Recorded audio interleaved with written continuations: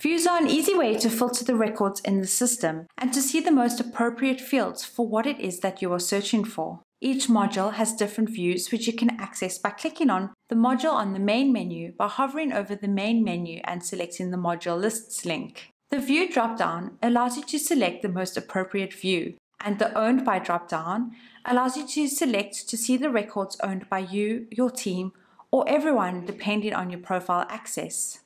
Each module also has filters that allow you to filter the records further, and you can then sort by each column to get the order that you want. There could be multiple pages of records, and you can choose between 10, 25, or 50 records per page, with the button on the bottom left of the page, and see the page numbers on the bottom right of the page. Views can be very useful when looking for records.